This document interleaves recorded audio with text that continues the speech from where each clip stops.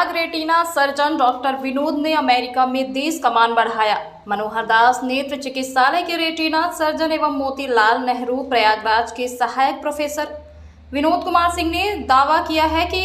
Glaucoma के मरीजों के रेटिना का इलाज अब बिना सुई, इंजेक्शन अथवा डाई के ही संभव है। मरीजों की रोशनी भी बचाई जा सकती है। इसके लिए डॉक्टर श्री सिंह ने अपने द्वारा किए गए शोध पत्र प्रस्तुत अमेरिकन एकेडमी ऑप्थेल्मोलॉजी कैलिफोर्निया में श्री सिंह के अनुसार अभी हमने जो रिसर्च पेपर अमेरिकन एकेडमी में प्रस्तुत किया है वह पूरे देश के शोधकर्ताओं में से एक मेरा सेलेक्ट हुआ, जिसमें डायबिटीज के मरीज जो ग्लूकोमा से पीड़ित परेशान है और रोशनी की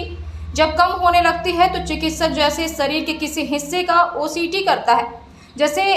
हार्ट, सर और पैर का, वैसे ही हम आँख के पर्दे की भी करते हैं, ओसीटी और एंजियोग्राफी करते हैं। लेकिन इसमें हम किसी तरह का इंजेक्शन व डाई का इस्तेमाल नहीं करते हैं। इसमें हम ये देखते हैं कि किसी तरह के मार्कर हैं और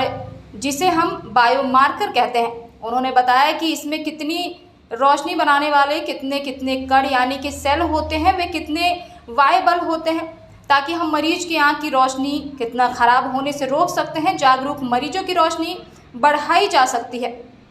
लापरवाह मरीज की रोशनी बचाई जा सकती है बिना किसी दवा के इंजेक्शन लगाए। श्री सिंह ने यह शोध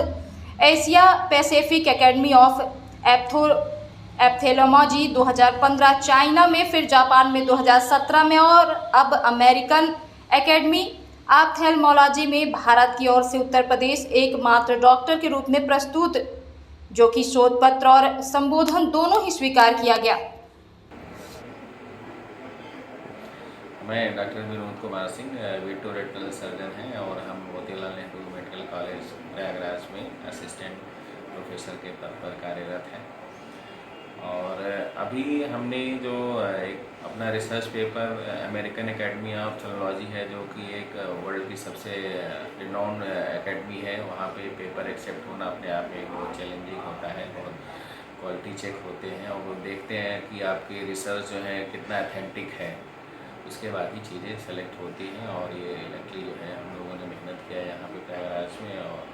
रिसर्च हमारा वहाँ पे एक्सेप्ट हुआ और नवंबर में हम लोगों ने वहाँ पे अपना पेपर प्रेजेंट किया था। तो बेसिकली हम लोग का रिसर्च ये था उसमें कि जैसे ओसीटी होती है किसी भी शरीर के हिस्से में, सर का होता है, पैर का होता है, पेट का होता है, वैसे आँख का भी ओसीटी होता है। और एक एंजियोग्राफी होती है, जैसे हार्ट में हम लोग एंजियोग्राफी करते हैं देखने की कौन सी वेसल जो है, खून की नली आपकी ब्लॉक है या सिकुड़ गई है किस एरिया में, उसी तरह आँख के पर्दे में जो खून की नसें होती हैं उनको हम लोग ओसीटी एंजियो से देखते हैं कि कितनी फंक्शनिंग है, कितना ब्लॉकेज है, कितना नॉर्मल है। और इसकी सबसे अच्छी बात है इस टेक्नोलॉजी की, इसमें हमें कोई इंजेक्शन नहीं देना पड़ता है, डाई नहीं डालना पड़ता है। नहीं, नॉर्मली एंजियोग्राफी के लिए पहले इंजेक्शन देते हैं, एक तरह का डाई होता है जो कि अपने आप में भी थोड़ा सा रिस्की होता है डाई को इंजेक्ट करना बॉडी में, इसके भी साइड इफ़ेक्ट होते हैं। लेकिन इसमें जो है डाई इंजेक्ट नहीं किया जाता है, मशीन अपने आप को सारी नसों का फ्लो को दिखाती है, उसका अपना जो टेक्नोलॉजी है। तो इसी टेक्नोलॉजी को हम लोगों ने डायबिटिक पेशेंट्स में यूज किया और उसमें ये देखा कि कौन कौन से ऐसे मार्कर हैं जिसको हम लोग बायोमार्कर बोलते हैं, कौन कौन से ऐसे मार्कर हैं जिसको देखकर हम ये अनुमान लगा सकें कि हमारा किस लेवल पे डैमेज हो चुका है सेल या पर्दे के जो रोशनी बनाने वाले जो सेल होते हैं, कण होते हैं, कितना वायबल हैं, कितना लाइव हैं, कितना डेड है।